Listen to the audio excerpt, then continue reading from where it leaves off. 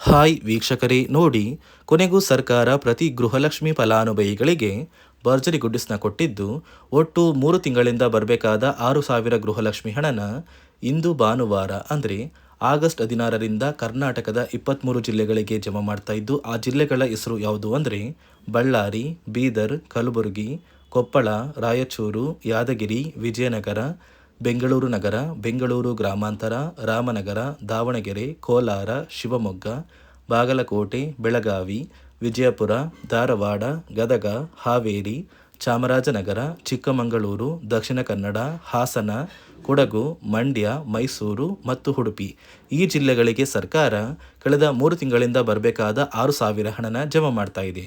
ಆದರೆ ಹಣಕಾಸು ಇಲಾಖೆಯಿಂದ ಇತ್ತೀಚೆಗೆ ಬಂದಿರುವ ಹೊಸ ಬದಲಾವಣೆ ಮತ್ತು ನಿಯಮಗಳ ಪ್ರಕಾರ 8ರಿಂದ 10 ಲಕ್ಷ ಮಹಿಳೆಯರಿಗೆ ಗೃಹಲಕ್ಷ್ಮಿ ಹಣ ಕ್ಯಾನ್ಸಲ್ ಆಗಿದೆ.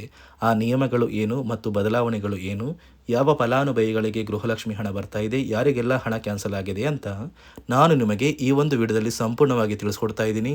ಅದಕ್ಕಿಂತ ಮೊದಲು ನೋಡಿ ವೀಕ್ಷಕರೇ, ನೀವು ನನ್ನ ಚಾನಲ್ನ ಸಬ್ಸ್ಕ್ರೈಬ್ ಆಗದೆ ಹಾಗೆ ವಿಡಿಯೋ ನೋಡ್ತಾ ಇದ್ರೆ ದಯವಿಟ್ಟು ಪ್ರತಿಯೊಬ್ಬರು ಚಾನಲ್ನ ಸಬ್ಸ್ಕ್ರೈಬ್ ಮಾಡಿಕೊಂಡು ಹಾಗೆ ವಿಡಿಯೋಗೆ ಒಂದು ಲೈಕ್ನ ಕೊಡಿ.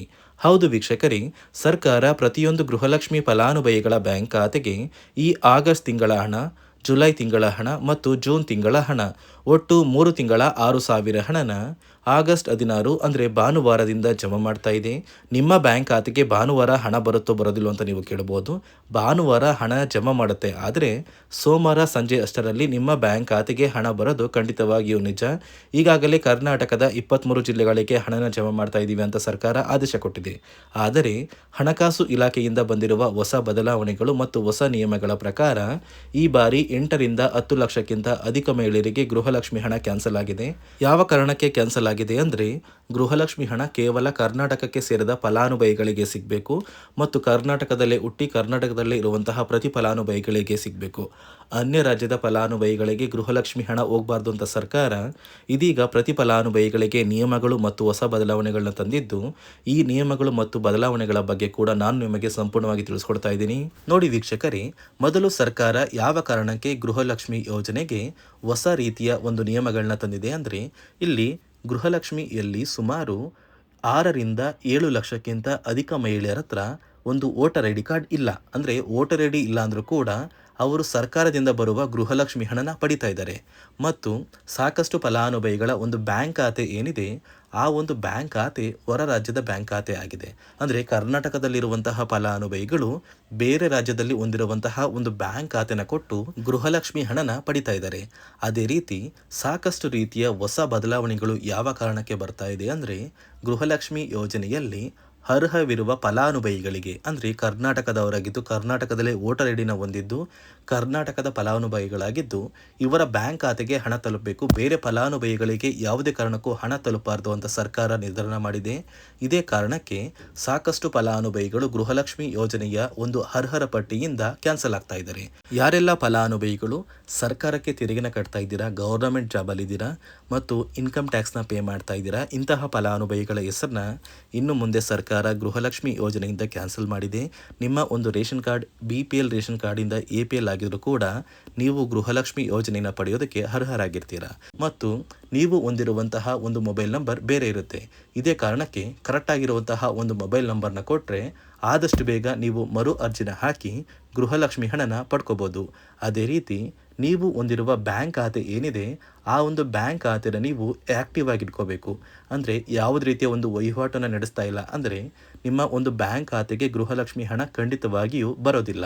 ಅದೇ ರೀತಿ ನೋಡಿ ವೀಕ್ಷಕರೇ, ನಿಮ್ಮ ಮನೆಯ ಕುಟುಂಬರು ಅಂದರೆ ಗೃಹಲಕ್ಷ್ಮಿ ಯೋಜನೆಯ ಒಂದು ಸದಸ್ಯ ಏನಾರನ್ನು ಮರಣ ಹೊಂದಿದ್ದು ಅವರ ಬದಲಾಗಿ ನೀವು ಅಪ್ಲಿಕೇಶನ್ ಹಾಕ್ತೀವಿ ಅಂದರೆ ಅದು ಸಾಧ್ಯವಿಲ್ಲ. ಯಾಕಂದರೆ ನಿಮ್ಮ ಒಂದು ರೇಷನ್ ಕಾರ್ಡಲ್ಲಿ ಮನೆಯ ಯಜಮಾನಿ ಯಾರಿರ್ತಾರೆ ಅವರೇ ಮಾತ್ರ ಗೃಹಲಕ್ಷ್ಮಿ ಯೋಜನೆಗೆ ಅರ್ಹರಾಗಿರ್ತಾರೆ. ಒಂದು ವೇಳೆ ಮನೆಯ ಸದಸ್ಯರು ಯಜಮಾನಿಯಾಗಿದ್ದು ಅವರು ಮರಣ ಹೊಂದಿದ್ರೆ ನೀವು ಗೃಹಲಕ್ಷ್ಮಿ ಯೋಜನೆಗೆ ಅಪ್ಲಿಕೇಶನ್ ಹಾಕೋದಕ್ಕೆ ಆಗೋದಿಲ್ಲ. ಮೊದಲು ನಿಮ್ಮ ಮನೆಯಲ್ಲಿ ಇರುವಂತಹ ಒಂದು ಹೆಣ್ಣು ಮಗಳು ಅಂದರೆ ಮಹಿಳೆ, ನಿಮ್ಮ ಒಂದು ಪತ್ನಿ ಇರ್ಬೋದು ಅಥವಾ ನಿಮ್ಮ ಒಂದು ತಾಯಿ ಇರ್ಬೋದು, ಅವ್ರನ್ನ ಮನೆಯ ಯಜಮಾನಿ ನೀವು ಮಾಡಬೇಕಾಗುತ್ತೆ. ಸೊ ಮನೆಯ ಯಜಮಾನಿ ಮಾಡಿದ ನಂತರ ಮಾತ್ರ ನೀವು ಗೃಹಲಕ್ಷ್ಮಿಯ ಸೌಲಭ್ಯನ ಪಡ್ಕೋಬೋದು. ಒಂದು ವೇಳೆ ನೀವು ಗೃಹಲಕ್ಷ್ಮಿಗೆ ಹೊಸದಾಗಿ ಅರ್ಜಿ ಹಾಕಬೇಕು ಅಂದರೆ ಇದೀಗ ಸರ್ಕಾರ ಅದಕ್ಕೂ ಕೂಡ ಕರ್ನಾಟಕ ಒನ್, ಗ್ರಾಮ ಒನ್ ಅಥವಾ ಬೆಂಗಳೂರು ಒನ್ ಸೇವಾ ಕೇಂದ್ರದಲ್ಲಿ ಅವಕಾಶ ಮಾಡಿಕೊಟ್ಟಿದೆ. ಆದರೆ ಮೊದಲ ಥರ ಇವಾಗ ನೀವು ಅರ್ಜಿನ ಹಾಕೋದಕ್ಕೆ ಆಗೋದಿಲ್ಲ. ಬದಲಿಗೆ ನಿಮ್ಮ ರೇಷನ್ ಕಾರ್ಡ್ನ ತೊಗೊಂಡೋಗ್ಬೇಕು, ನಿಮ್ಮ ಆಧಾರ್ ಕಾರ್ಡ್ನ ತೊಗೊಂಡೋಗ್ಬೇಕು, ನಿಮ್ಮ ಒಂದು ಪತಿಯ ಆಧಾರ್ ಕಾರ್ಡ್ನ ಕೂಡ ತೊಗೊಂಡೋಗ್ಬೇಕಾಗುತ್ತೆ. ನಿಮ್ಮ ವೋಟರ್ ಐ ಡಿ ಕೂಡ ಕಡ್ಡಾಯವಾಗುತ್ತೆ. ನಿಮ್ಮ ವೋಟರ್ ಐ ಡಿ ನಿಮ್ಮ ಹತ್ರ ಇದ್ದರೆ ಮಾತ್ರ ನೀವು ಗೃಹಲಕ್ಷ್ಮಿ ಯೋಜನೆಯ ಒಂದು ಅರ್ಹತೆಯನ್ನು ಪಡ್ಕೋತೀರಾ. ಒಂದು ವೇಳೆ ವೋಟರ್ ಐ ಡಿ ಇಲ್ಲ, ರೇಷನ್ ಕಾರ್ಡ್ ಇದೆ, ಆಧಾರ್ ಕಾರ್ಡ್ ಇದೆ ಅಂದರೆ ಇನ್ನು ಮುಂದೆ ನಿಮ್ಮ ಬ್ಯಾಂಕ್ ಖಾತೆಗೆ ಸರ್ಕಾರ ಗೃಹಲಕ್ಷ್ಮಿ ಹಣನ ಖಂಡಿತವಾಗಿಯೂ ಜಮಾ ಮಾಡೋದಿಲ್ಲ. ಯಾಕಂದರೆ ಪ್ರತಿ ವರ್ಷವೂ ಕೂಡ ಸರ್ಕಾರ ವೋಟರ್ ಐ ಡಿನ ಬಿಡುಗಡೆ ಮಾಡುತ್ತೆ, ಅಂದರೆ ವೋಟರ್ ಲಿಸ್ಟ್ನ ಬಿಡುಗಡೆ ಮಾಡುತ್ತೆ.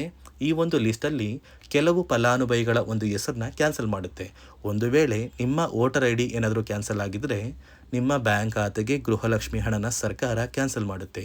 ಈ ಕೂಡಲೇ ನೀವು ನಿಮ್ಮ ದಾಖಲಾತಿಗಳು ಎಲ್ಲ ಕೂಡ ಸರಿ ಇದೆಯಾ ಅಂತ ತಿಳ್ಕೊಳ್ಳಿ. ಹಾಗಾದರೆ ಮಾತ್ರ ನೀವು ಗೃಹಲಕ್ಷ್ಮಿ ಯೋಜನೆಗೆ ಅರ್ಹರಾಗಿರ್ತೀರಾ.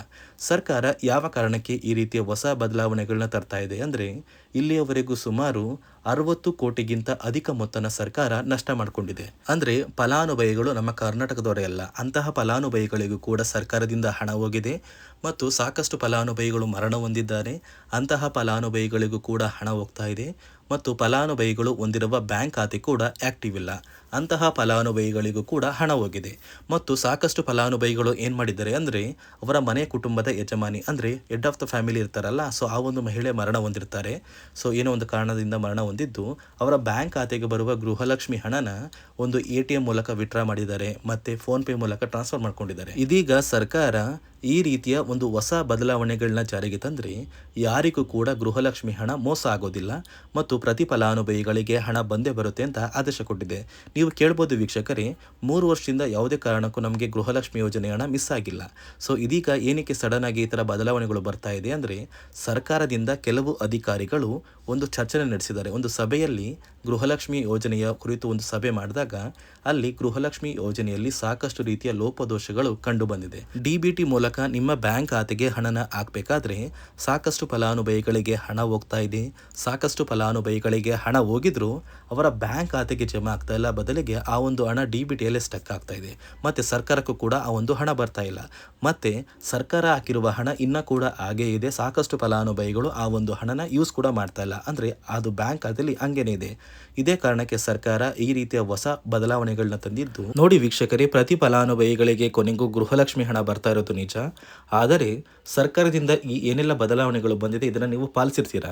ನಿಮ್ಮ ಬ್ಯಾಂಕ್ ಖಾತೆಗೆ ಇನ್ನೂ ಹಣ ಬಂದಿಲ್ಲ, ಯಾವಾಗ ಬರುತ್ತೆ ಅಂತ ನೀವು ಕೇಳಿದ್ರೆ ಈ ಆಗಸ್ಟ್ ತಿಂಗಳ 20ನೇ ತಾರೀಕಷ್ಟರಲ್ಲಿ ಪ್ರತಿ ಫಲಾನುಭವಿಗಳಿಗೆ ಹಣ ಬರೋದು ನಿಜ. ಯಾಕಂದರೆ ಪ್ರತಿ ತಿಂಗಳು 15ನೇ ತಾರೀಕಿಂದ 20ನೇ ತಾರೀಕು ಸರ್ಕಾರ ಗೃಹಲಕ್ಷ್ಮಿ ಹಣನ ಜಮಾ ಮಾಡುತ್ತೆ.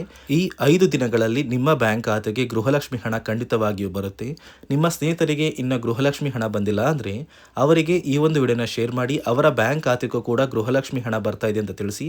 ಮತ್ತು ನಾನು ಕೊಟ್ಟಿರುವ ಮಾಹಿತಿ ನಿಮಗೆ ಇಷ್ಟ ಆಗಿದ್ದಲ್ಲಿ ದಯವಿಟ್ಟು ಪ್ರತಿಯೊಬ್ಬರು ನನ್ನ ಚಾನಲ್ನ ಸಬ್ಸ್ಕ್ರೈಬ್ ಮಾಡಿಕೊಂಡು ಆದಷ್ಟು ಪ್ರತಿಯೊಬ್ಬರು ಈ ಒಂದು ವಿಡಿಯೋನ ನಿಮ್ಮ ಸ್ನೇಹಿತರಿಗೆ ಶೇರ್ ಮಾಡಿ ಮತ್ತು ವಿಡಿಯೋಗೆ ಪ್ರತಿಯೊಬ್ಬರು ಒಂದು ಲೈಕ್ನ ಕೊಟ್ಟು ಎಷ್ಟು ಗೃಹಲಕ್ಷ್ಮಿ ಕಂತಿನ ಹಣ ನಿಮ್ಮ ಬ್ಯಾಂಕ್ ಖಾತೆಗೆ ಇಲ್ಲಿಯವರೆಗೆ ಜಮಾ ಆಗಿದೆ ಅಂತ ಪ್ರತಿಯೊಬ್ಬರು ಕಮೆಂಟ್ ಮೂಲಕ ತಿಳಿಸಿ.